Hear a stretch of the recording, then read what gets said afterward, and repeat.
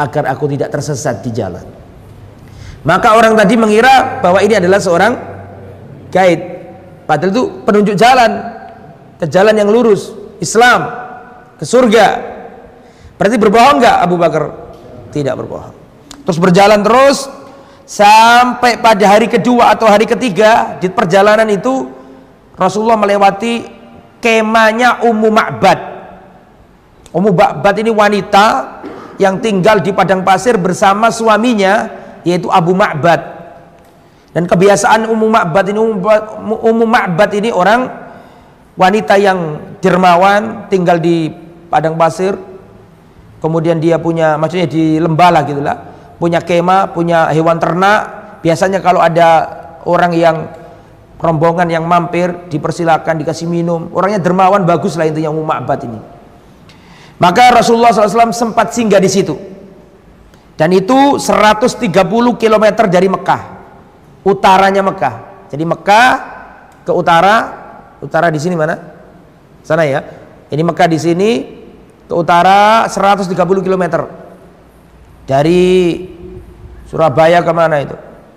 Ya kurang lebih Bojonegoro, masih kurang ke barat lagi mungkin ya. Sama sana sudah lumayan jauh itu. Yang mampir di kemahnya Ummu Ma'bad. Dan terkenal Ummu Ma'bad itu wanita yang dermawan.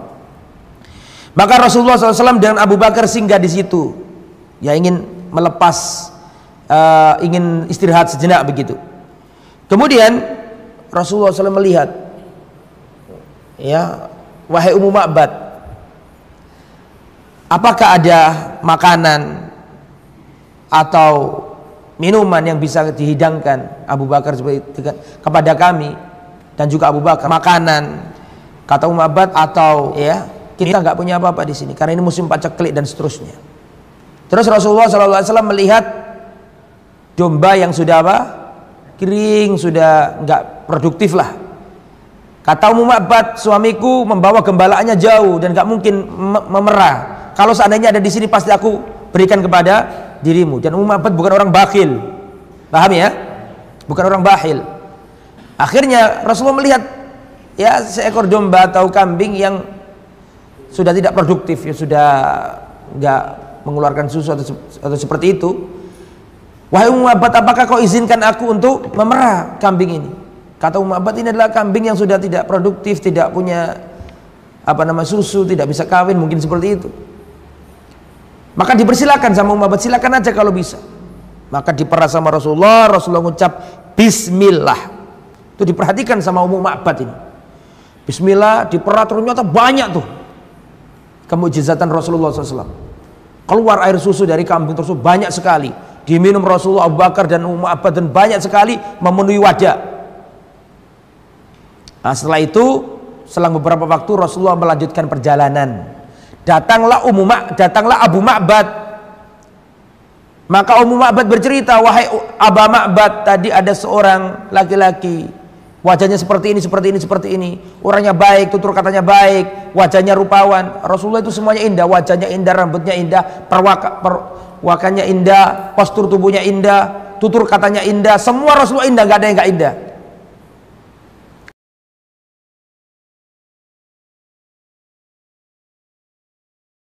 Diceritakan semua sama suaminya, siapa namanya tadi? Abu Ma'bad. Maka Abu Ma'bad mengatakan, wallahi saya mengira dia ini orang yang dicari-cari Quraisy. Saya mengira dia ini Muhammad yang sedang dicari-cari oleh siapa? Quraisy. Itu berarti menunjukkan kabar orang kafir Quraisy mencari seseorang sudah terdengar sampai 130 meter dari kota Mekah. Paham maksudnya ya? Wallahi seandainya aku bertemu sama dia, aku ingin beserta sama dia. Jadi Ummu Ma'bad ini masuk Islam. Dan Abu siapa tadi? Ma'bad. Terus Rasulullah SAW berjalan. Lah waktu diceritakan oleh Ummu Ma'bad tadi kepada Abu Ma'bad tentang ciri-ciri Rasulullah, maka Abu Ma'bad, ya seperti yang saya katakan tadi, ingin menyertai Rasulullah untuk pergi ke Madinah.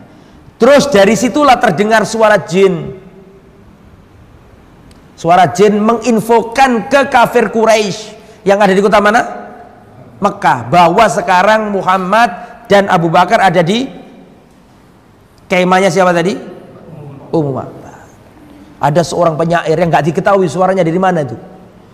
Ya kata Asma, ma daraina aina tawajjah Rasulullah idza aqbala rajulun minal jin. Kami nggak tahu Rasulullah sama bapakku Abu Bakar sampai mana dalam perjalanan. Kita nggak tahu selamat apa nggak selamat. Sampai kami mendengar suara dari jin. Nah, kata siapa?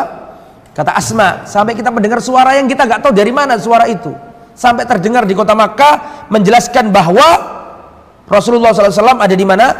Di kemahnya Ummu Ma'bad sedang berjalan menuju kota Al-Madinah. Kemudian setelah itu Rasulullah tetap berjalan menuju arah Madinah, berjalan ke arah utara. Rasulullah SAW dikejar sama seorang dari suku Mudlij, namanya Suraqah bin Malik. Terkenal ya Suraqah bin Malik. Suraqah bin Malik ini dari suku Mudlij. Dia mendengar ada orang-orang dari sukunya berbincang. Saya melihat ada 2 orang di daerah pesisir sedang berjalan dari arah Mekah ke Madinah. Kelihatannya ini Muhammad. Ayo kita serbu, ayo kita pegang dia, karena Quraisy membuat sayembara. Siapa yang berhasil menangkap Muhammad akan diberi apa? 100 unta. 100 unta, mahal bukan murah. Siapa yang berhasil menangkap Muhammad diberi 100 unta. Maka orang ini ngomong di depan Suraqah bin Malik, bahwa saya melihat itu ada, mungkin ini orang-orang yang dicari oleh siapa? Quraisy, Muhammad dan temannya itu. Maka Suraqah ini cerdas, dan Suraqah mengatakan, lah bukan itu, aku tahu itu, yang kamu sebut aku tahu, bukan Muhammad itu. Padahal di hatinya Suraqah, Muhammad itu. Tapi supaya orang lain gak ada yang ngejar, dibilang sama dia, lah bukan itu, bukan Muhammad. Tapi setelah itu dia langsung pulang ke rumahnya, ngomong sama budaknya, segera persiapkan bekalku, kudaku, semuanya persiapkan, tombakku dipersiapkan. Biar nggak ada orang yang dapat hadiah, dia sendiri yang dapat hadiah, gitu loh maksudnya. Paham nggak? Makanya ketika ada orang berbincang-bincang itu, oh bukan itu bukan Muhammad, itu aku tahu itu orang-orang itu bukan Muhammad. Tapi dia langsung pulang, menyiapkan kendaraannya, menyiapkan senjatanya, dia sendiri yang pergi. Karena ingin dapat berapa tadi? 100 unta. Dan memang suku Mudlij ini suku yang cerdas, suku yang paham tentang jejak-jejak manusia. Masih ingat gak kisahnya yang sering saya sampaikan di tempat ini?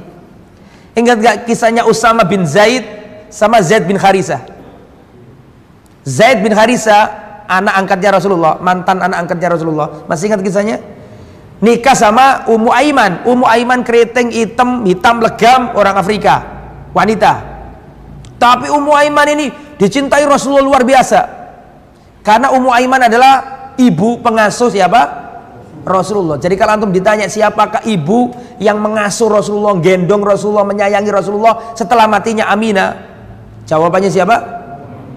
Ummu Aiman. Seorang budak wanita yang masih ABG, mungkin SMP begitu, hitam legam keriting. Ya usianya tidak terpaut jauh dari Rasulullah, tapi statusnya dia itu ibu pengasuh, masih bocah lah gitu, bocah wanita, masih remaja perempuan. Ya, budak hitam legam keriting, miliknya ayahnya Rasulullah. Nah, ketika Rasulullah ditinggal wafat ibunya, wanita budak ini yang masih kecil ini yang ngerawat Nabi, yang gendong Nabi, ngerawat Nabi, mungkin yang menyiapkan makanannya Nabi begitu. Dan Rasulullah cinta luar biasa sama Ummu Aiman ini. Nah, Ummu Aiman nikah sama Zaid bin Harisah setelah cerai dengan siapa? Zainab binti Jahas. Ceritanya panjang dan sudah sering saya sampaikan. Singkat kata, dari pernikahan itu lahirlah Usama. Usama nggak niru Zaid. Kalau Zaid putih, orang Arab, mancung mungkin seperti itu. Tapi Zaid niru ibunya. Siapa? Ummu Aiman, hitam keriting. Maka orang-orang kafir Quraisy mengolok-ngolok Zaid. Zaid, ini nggak salah ta, Usama ini bener anakmu ta, kok ireng ini? Paham nggak maksudnya? Akhirnya yang sedih tidak Zaid, Rasulullah yang sedih. Saking cintanya Rasulullah sama Zaid, Rasulullah sedih dengan omongannya orang kafir Quraisy itu. Sedih Rasulullah, terbebani dengan ucapan orang kafir itu. Nah, akhirnya suatu saat Usama bin Zaid yang hitam tidur bareng ayahnya. Siapa tadi? Zaid bin Harisah. Tidur di depan rumah berselimut, nggak kelihatan badannya, nggak kelihatan warna kulitnya, hanya kelihatan 4 kakinya. Masih ingat nggak kisah itu? 4 kakinya. Kata suku ada satu suku Mudlij. Kenapa saya ceritakan ini? Supaya antum tahu tentang suku siapa tadi? suku Mudlij. Suku Mudlij ahlinya untuk melihat jejak-jejak itu. Ya, kata orang suku Mudlij ini, wallahi kaki 4 ini sebagiannya adalah sebagian dari yang lain. Berarti memang DNA, dulu kan nggak ada tes DNA. Paham nggak? Tapi suku Mudlij ini pahami, oh ini keturunannya ini, kelihatan tangannya ini. Oh ini bapaknya, ini anaknya. Paham dia. Maka dengan omongan suku Mudlij sungguhnya kaki ini adalah bagian dari kaki yang lain, Rasulullah mendengar itu, senang Rasulullah, datang ke Aisyah, wahai Aisyah, sungguhnya suku Mudliji mengatakan bahwa kakinya Usama itu sama dengan kakinya siapa? Zaid. Berarti kan memang sama gitu, keturunan gitu loh. Itu kenapa saya ceritakan, untuk menunjukkan ke antum bahwa Suraqah bin Malik ini Mudliji, memang ahli dalam bidang apa? Suka jejak-jejak. Syekh kami dulu menceritakan ke kami tentang memang kehebatan suku Mudlij ini, memang pintar untuk mencari jejak-jejak orang itu. Nah gitu, di antaranya Suraqah bin Malik ini sebelum berangkat mengejar Rasulullah, ya dia menyiapkan kuda, kudanya terperosok, belum berangkat sudah terperosok, baru mau berangkat belum ketemu Rasulullah sudah terperosok. Nggak enak hatinya Suraqah ini, langsung dia mengundi. Kebiasaan orang Arab kan mengundi nasib, kira-kira ini terus apa enggak gitu loh. Ternyata yang keluar anak panah. Dulu kan mengundinya pakai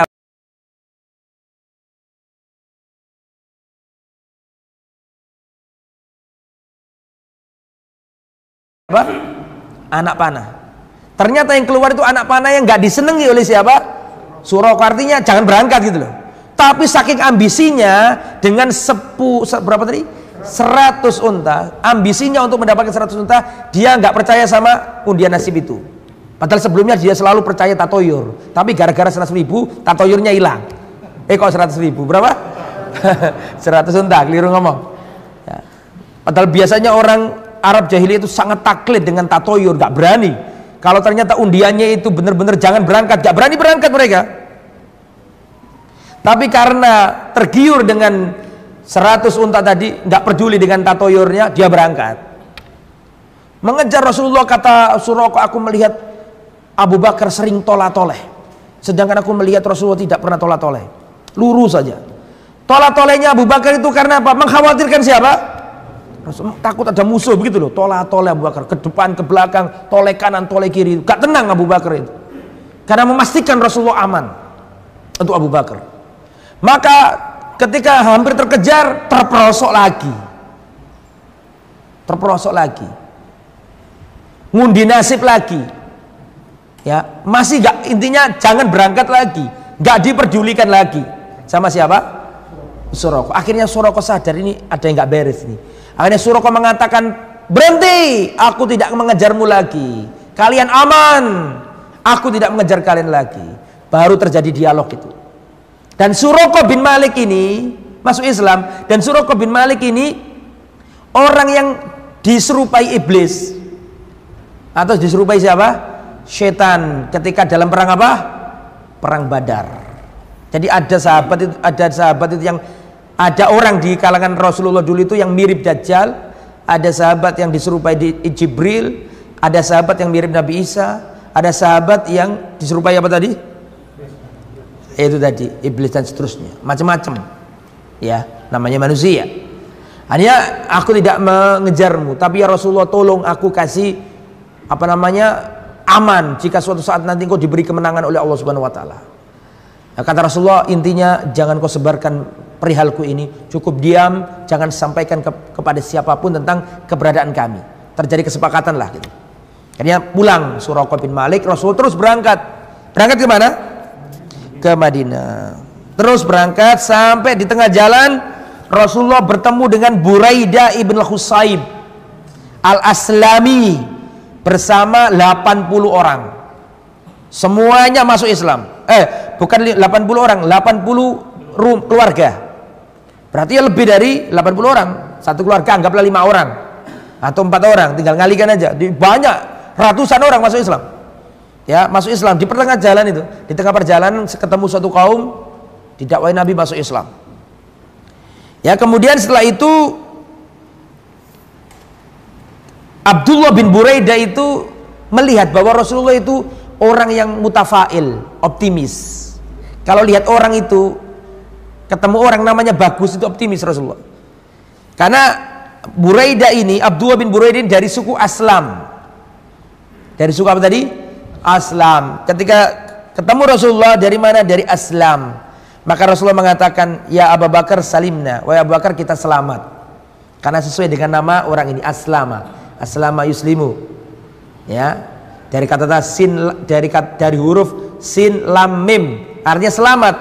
Oh, berarti kita selamat. Termasuk ketika dulu saya ceritakan ketika Sulhul Hudaybiyah, di antara ya juru runding kafir Quraisy namanya Suhail. Suhail artinya apa? Gampang. Oh, kata Rasulullah, insya Allah perkara kita ini gampang. Karena namanya juru rundingnya kafir Quraisy namanya apa? Suhail. Suhail dari kata sahel yang artinya apa? Mudah atau gampang. Kemudian Rasulullah Shallallahu Alaihi Wasallam singkat kata sampailah Rasulullah di Kuba. Jadi Kuba sekarang itu bagian dari Madinah. Kuba, tahu Kuba kan? Yang ada masjidnya, Masjid Kuba. Itu kalau sekarang bagian dari apa? Madinah. Tapi kalau zaman dulu Kuba itu sebelum Madinah. Paham gak saya? Berarti di mana? Di selatannya Madinah. Kuba ada di selatannya Madinah. Kalau kita umrah biasanya kan sholat di Kuba. Ada keistimewaannya itu kan. Nanti kita terangkan itu. Rasul tinggal di Kuba atau tiba di Kuba yaitu hari Senin. Tanggal 8 Rabiul Awal. Berarti kurang lebih perjalanan dari Mekah dengan lika-likunya, dengan pernak-perniknya berapa hari? Sepekan berarti. Kurang lebih. Betul apa enggak? Dari menginap Jumat, Sabtu, Minggu, ya gitu kan, di Gua Hira, Senin berangkat, nyampe Kuba hari Senin. Berarti berapa? Seminggu. Padahal kalau kita naik bus dari Kuba, dari Madinah ke Mekah cuma kurang lebih berapa? 4, 5 atau 6 jam. Iya dah? Itu membutuhkan waktu apa tadi? Sepekan. Karena memang jalan yang dipilih Rasulullah itu bukan jalan yang apa? Normal. Jalan yang lika-liku yang tidak dilalui oleh kebanyakan manusia. Taib. Kemudian diterangkan di sini, sami al muslimuna bil Madinah bi makhraji Rasulillah min Makkah. Kaum muslimin yang ada di kota Mekah, kemarin kan sudah saya jelaskan, para sahabat sudah apa? Sudah berangkat. Nah, kemarin sudah saya jelaskan ada Ummu Salama, ada Abu Salama, iya kan? Ada Utsman bin Affan, ada Umar bin Khattab, Mus'ab bin Umar, sudah berangkat semua. Rasul termasuk yang berangkat akhir-akhir. Ya, sehingga orang-orang yang di Madinah selalu nunggu-nunggu datangnya Rasulullah Sallallahu Alaihi Wasallam. Pagi hari mereka ini keluar ke ke arah selatan, ke arah apa? Kota Makkah. Sampai matahari panas, kelihatan Rasulullah belum datang, mereka pulang ke rumah masing-masing. Besoknya keluar lagi, karena mereka kan bisa mengira kalau Rasulullah berangkatnya tanggal sekian, berarti kurang lebih tanggal sekian gitu loh. Mereka punya, kata orang Jawa, punya ancer-ancer, ya, punya kira-kira. Besoknya berangkat lagi ke arah selatan melihat kota Mekah, ya, jauh tapi ya itu ke arah maksud saya, keluar dari Madinah ke arah Mekah, menghadap ke arah Mekah, ditunggu orang-orang kafir, orang-orang Madinah menunggu. Itu orang Ansar dan sebagian orang Muhajirin. Paham tak? Ketika sudah panas, Rasulullah belum datang, mereka balik ke rumah masing-masing. Terus seperti itu. Sampai ada seorang Yahudi, karena kaum muslimin sudah capek nunggu Rasulullah belum datang, hari ini pulang. Ada orang Yahudi ada di atap rumahnya. Penasaran loh, karena orang Yahudi sendiri lagi nunggu datangnya siapa? Rasul. Jadi ketika ada berita gonjang-ganjing di kota Madinah bahwa akan ada nabi yang terusir dari kampung halamannya Mekah pergi ke Madinah, itu yang heboh tidak hanya orang-orang Ansar, orang Yahudi yang di Madinah juga heboh. Karena apa? Karena menurut Taurat, ya, zaman itu adalah zaman-zaman akan keluarnya apa? Seorang Rasul. Dan mereka menunggu, dan mereka tahu. Nanti saya terangkan bagaimana perjumpaan pertama kali Rasul sama orang Yahudi. Insya Allah hari ini mudah-mudahan cukup waktunya. Kemudian akhirnya Rasulullah SAW, ya seperti yang saya katakan tadi, ada seorang Yahudi yang naik di atap rumahnya melihat, wahai orang-orang Arab, itulah manusia yang kalian tunggu-tunggu. Justru yang pertama kali tahu siapa? Itu juga menunjukkan bahwa orang Yahudi juga ikut menunggu gitu loh.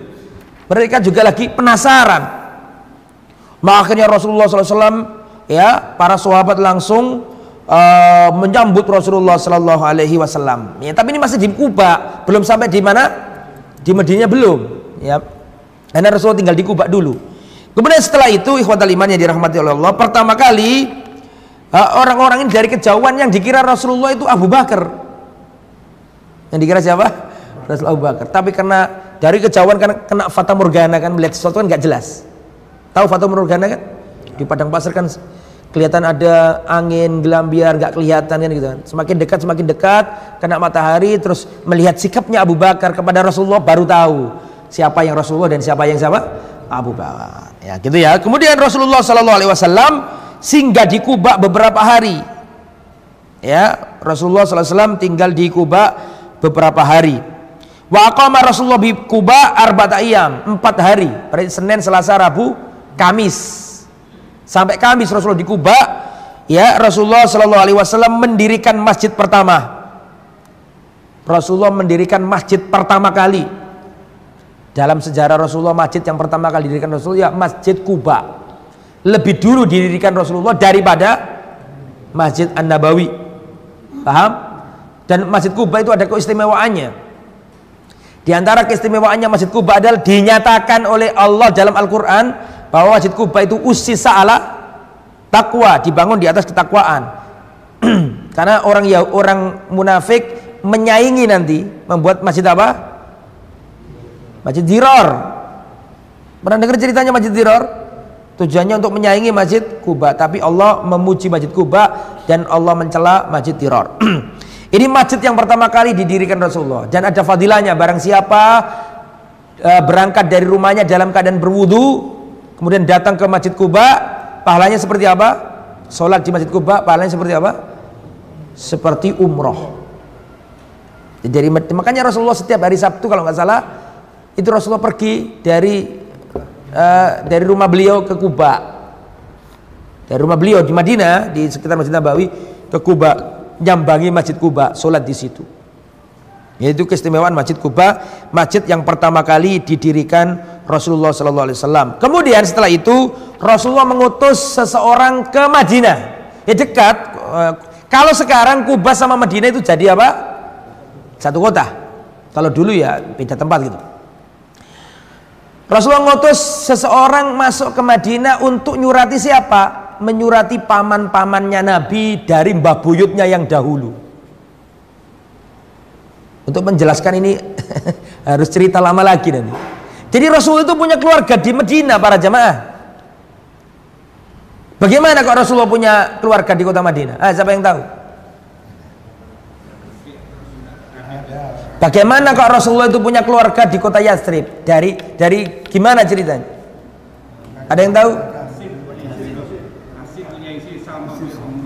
Masih ingat beliau. Karena buyutnya Nabi itu dulu punya istri, berarti mbah utinya Nabi. Ngerti mbah uti? Mbah putrinya Nabi itu orang Yathrib.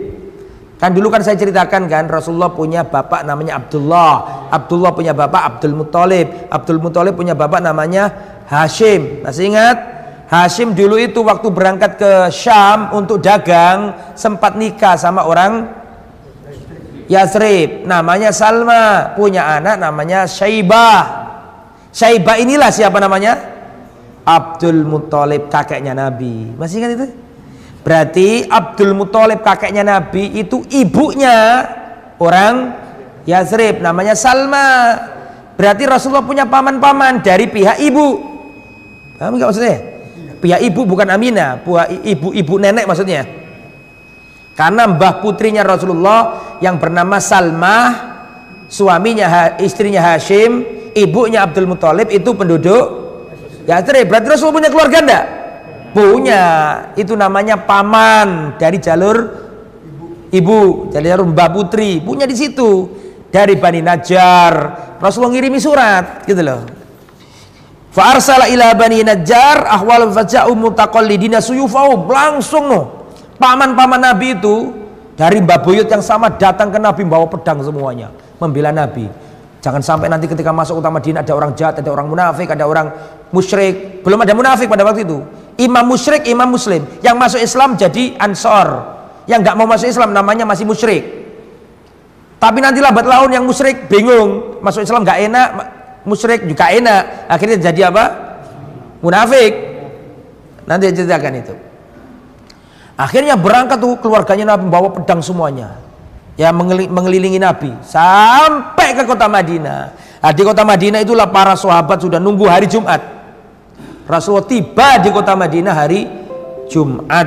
Ya, Rasulullah masuk kota Madinah. Wadzalika summiyat balda Yathrib bil Madinah, bi Madinati Rasul. Semenjak hari itu kota Yathrib diubah menjadi Madinatur Rasul, kota Rasulullah. Cuma disingkat jadi Al-Madinah, kota, maksudnya itu kota Rasulullah SAW.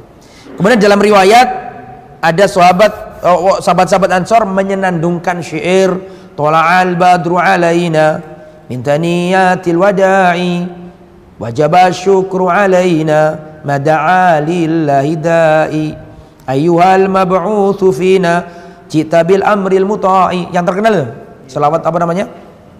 Ya, ini khilaf pendapat kapan diucapkan, tetapi Imam Ibnu Qayyim merojikan tidak selain itu. Ya, khilaf pendapat, ada yang mengatakan itu pas ketika Rasul datang, ada yang mengatakan pas ketika selesai perang, banyak khilaf, kita tidak masuk ke sana ya. Akhirnya orang-orang Ansor rebutan. Rasulullah membawa unta, untanya Nabi namanya siapa?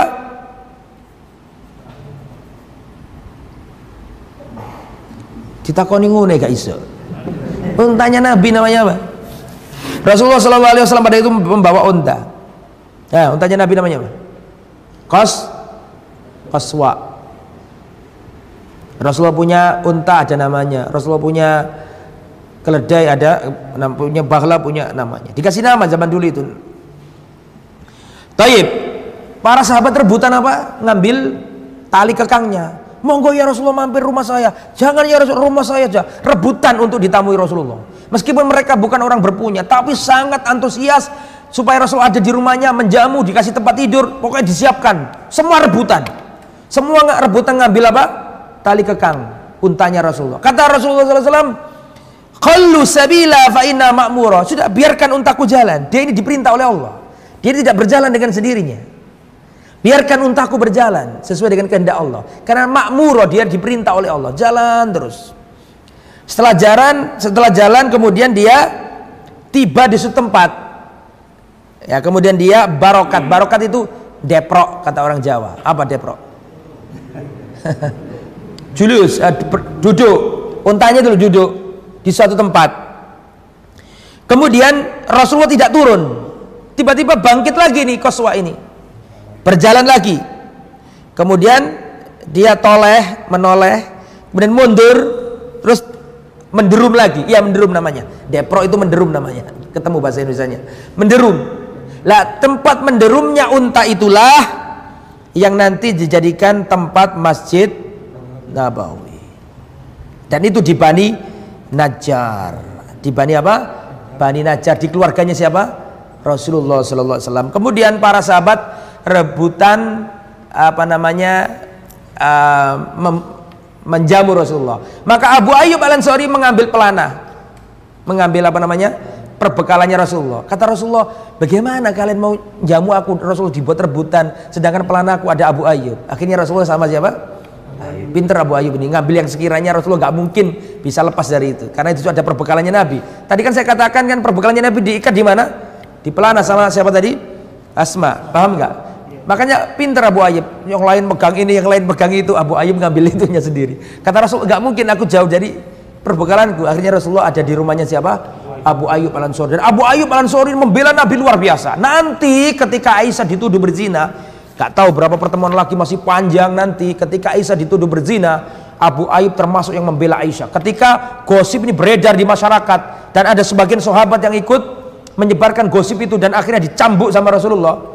Hamnah binti Jahaz, kemudian Hasan bin Thabit, Mistah itu ikut nyebarkan ya, karena kena pengaruhnya Abdullah bin Ubay bin Salul. Tapi Abu Ayyub langsung datang ke istrinya, wahai Umma Ayyub, wallahi aku tanya kepada engkau, seandainya engkau ada di posisi Aisyah, ketinggalan rombongan gitu ceritanya kan, kemudian sama laki-laki lain, apakah kamu berzina sama laki-laki itu? Kata Ummu Ayyub, wallahi mustahil aku melakukan itu dan gak mungkin aku melakukan zina. Maka Abu Ayyub mengatakan, wallahi wahai Ummu Ayyub, Aisyah lebih baik daripada dirimu. Kalau engkau saja nggak mungkin melakukan itu, bagaimana mungkin Aisyah melakukan? Termasuk yang membela luar biasa Abu Ayyub. Makanya Aisyah sangat mengingat-ingat kejadian itu. Abu Ayyub itu luar biasa. Abu Ayyub Al-Ansari itu kuburannya nggak ada di mana? Nggak ada di Arab. Kuburannya ada di hampir Konstantinopel sana. Ikut jihad fisabilillah untuk menaklukkan Konstantinopel, tapi belum berhasil. Berhasilnya di zamannya Muhammad Al-Fatih. Jadi kuburannya Abu Ayyub nggak ada di Madinah, nggak ada di Arab, di hampir Romawi sana, Konstantinopel. Kalau zaman dulu namanya Bizantium, Romawi Timur. Itu tentang Abu Ayyub. Akhirnya Rasulullah tinggal di rumahnya Abu Ayyub, dihidangkan luar biasa ya. Kemudian ikhwatal iman yang dirahmati oleh Allah Subhanahu. Baru setelah itulah Aisyah datang. Aisyah datang, kemudian istrinya Nabi Saudah. Padahal istrinya Nabi belum banyak. Setelah Khadijah wafat, Rasulullah nikah sama Saudah, terus Aisyah. 3 tok. Yang satu sudah wafat, tinggal 2. Siapa tadi? Saudah sama Aisyah. Adapun yang lain nanti setelah tinggal di kota Madinah.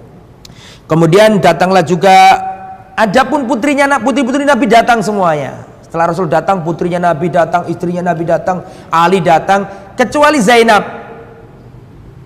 Zainab putrinya Nabi, Zainab bintil As, nggak bisa hijrah karena Abul As kafir. Abul As namanya, menantunya Nabi itu belum masuk Islam, dan Zainab nggak boleh ikut ayahnya. Tapi nanti akhirnya masuk Islam, dan ceritanya panjang, nanti saya ceritakan ketika perang Badar. Ketika perang Badar itu Abul As tertangkap. Abul As orang baik sebenarnya, tapi pada waktu itu dia nggak bisa menolak ajakan kafir Quraisy. Tapi singkat kata nanti masuk Islam dan kembali disatukan Rasulullah dengan siapa? Zainab. Ceritanya panjang, itu ada ceritanya, nanti saya ceritakan. Kemudian banyak sahabat yang sakit karena udaranya Madinah itu ekstrim. Kalau dingin banget, kalau panas banget. Kalau Mekah masih agak mirip-mirip Indonesia, meskipun jauh tapi agak mirip. Tapi kalau Madinah sangat jauh dengan kita, ekstrim Madinah itu. Paham? Yang pernah umroh musim dingin tahulah dinginnya Madinah. Yang pernah umroh musim panas tahulah panasnya kota Madinah. Ekstrim, lebih ekstrim daripada Mekah. Semakin menjauh dari garis khatulistiwa semakin ekstrim. Maka apa yang terjadi? Banyak sahabat yang sakit. Bilal sakit, Abu Bakar sakit, banyak yang demam dan seterusnya. Maka Aisyah datang ya ke Rasulullah SAW.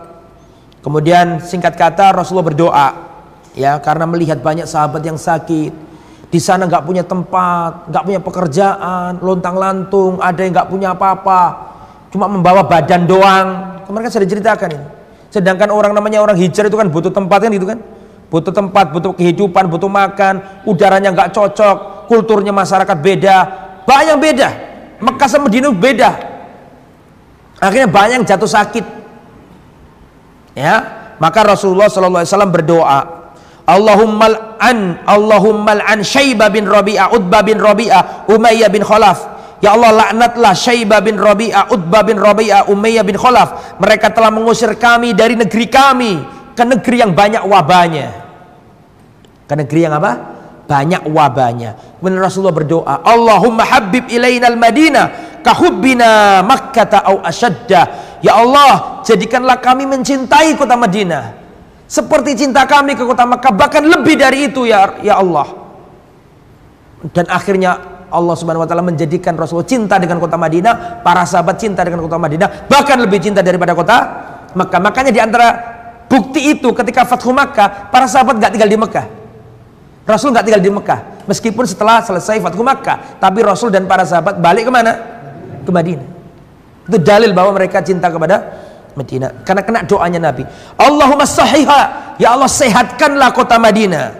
Wa barik fi sa'iha, berikan keberkahan bagi soknya dan mutnya. Sok itu 4 mut, takaran timbangan loh. Maksudnya itu berkailah perniagaan yang ada di kota Madinah. Wangkul hamaha faj'alha fi Juhfa, pindahkan penyakit ini ke Juhfa. Akhirnya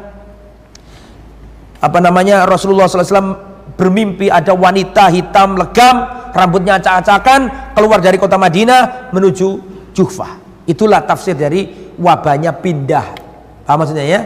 Pindah. Dan memang kulturnya beda. Bahkan dalam nikah pun beda kulturnya. Jadi ada seorang sahabat Nabi nikah sama penduduk Madinah. Ini selingan aja ini. Rasulullah SAW hijrah dari Mekah ke Madinah bersama para sahabat. Nanti terjadi terjadi pernikahan. waktu nikah salah seorang sahabat Muhajirin sama wanita Ansor, kebiasaan wanita Ansor itu, perhatikan, kebiasaan sahabat-sahabat Ansor itu kalau menggauli istrinya itu tidak dari arah depan, tidak arah dari belakang, tapi dari arah samping. Ya, karena itu mereka dapat ilmu dari orang Yahudi di Kibuli. Kalau bikin anak, kalau mau hubungan badan nggak boleh dari depan. Jadi pakai miring begitu. Karena kalau tidak begitu, matanya akan juling. Anaknya yang lahir akan juling. Lah sahabat Muhajirin ketika nikah sama wanita Ansor, itu malam pertama gegeran. Kalau kamu nggak melakukan seperti yang aku maksud, kita cerai aja. Sampai begitu. Datang ke Rasulullah SAW. Dijelaskan sama Nabi, itu tradisi Yahudi, nggak bener itu. Hari setelah itu baru mau digauli dari apa? Dari depan. Ya, sampai gitu loh berbeda, apalagi yang lain. Jadi terjadi perbedaan. Lah besok karena nggak cukup waktunya untuk menerangkan, kita sampai di sini pada pertemuan ini. Besok akan saya terangkan ya kultur masyarakat Madinah berbeda dengan Mekah. Kalau Mekah cuma ada dua warna, Muslim, kafir, hitam, putih, itu Mekah. Tapi ketika Rasulullah hijrah dari Mekah ke Madinah, ternyata di Madinah itu heterogen, kan gitu kan? Ada orang Muslim yang jelas-jelas Muslimnya, namanya Ansor, paham ya? Ada orang yang Arab tapi nggak mau masuk Islam. Nabi datang nggak mau masuk Islam. Mereka ini musyrik, nggak mau masuk Islam. Lah orang musyrik ini lama kelamaan semakin sedikit banyak yang masuk Islam. Tapi ada dedengkot seperti Abdullah bin Ubay bin Salul ini nggak mau masuk Islam, tapi juga nggak enak kalau masih kafir. Akhirnya pura-pura Islam jadi munafik. Nah, yang berdua ini musyrik, nanti ada yang langsung masuk Islam, tobat, ada yang berubah dari musyrik menjadi apa? Munafik. Terus ada juga golongan yang nomor 3 yaitu al-Yahud, orang Yahudi. Kenapa orang Yahudi kok bisa tinggal di kota Madinah? Nah, itu besok saya terangkan. Wong Yahudi kan ada di sana, di Syam sana ya kan? Kenapa orang Yahudi kok tinggal di Mekah, di Madinah? Apa alasannya? Terus ketika Rasulullah sampai di kota Madinah, apa yang dilakukan Rasulullah pertama kali? Besok akan kita jelaskan apa saja yang dilakukan Rasulullah pertama kali di kota Al-Madinah. Semoga apa yang disampaikan bermanfaat. Subhanakallahumma bihamdika, asyhadu an la ilaha illa anta, astaghfiruka wa atubu ilaik. Wassallallahu ala nabiyyina Muhammad wa ala alihi wa sahbihi ajma'in. Wa akhiru da'wana alhamdulillahi rabbil alamin. Wassalamualaikum warahmatullahi wabarakatuh.